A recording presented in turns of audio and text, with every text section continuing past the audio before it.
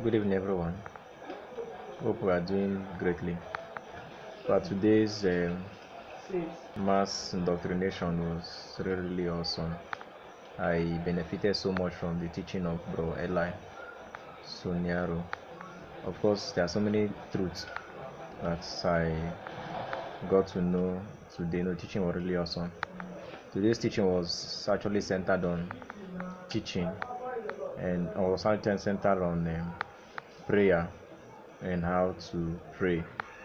And some scriptural references were cited into the book of Matthew chapter 6.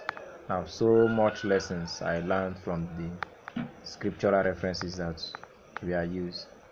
Now, some of the lessons I learned from there, firstly, is whenever we pray, Christ forbid us to use vain repetition in a particular instance.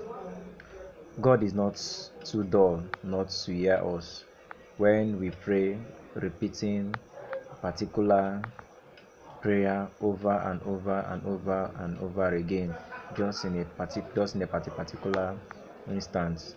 This is not the way Jesus Christ teaches us to pray. And in Matthew chapter 6, he discourages us from using vain repetitions. And also, another lesson again I learned from this teaching is whenever we pray, we shouldn't pray to show off as the hypocrites do when they want to pray. You see them standing on the streets to pray so that men will hear them praying. Bible made us to understand for those that do such, they have their own reward. That is not how to pray.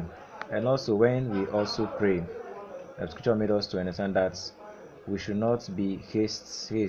Our words should be few. In other words, we should come calmly before his presence and present our petition before him. We should not be in a haste, too in a rush to talk. We should just be calm when we come before his presence. And also when we pray, he also encourages us, as when we pray, we should do well, form the habit of also praying in our closet, and God that sees in the closet shall reward us openly. Unlike we see today, most persons, they think it's not really by the much shouting or by people actually hearing you, but then when we pray, God expects us that we should just let it be between us and him. That's the most important thing in prayer. It's not between us and men, or men seeing us, but between us and him. That God that sees in the secret shall reward us openly.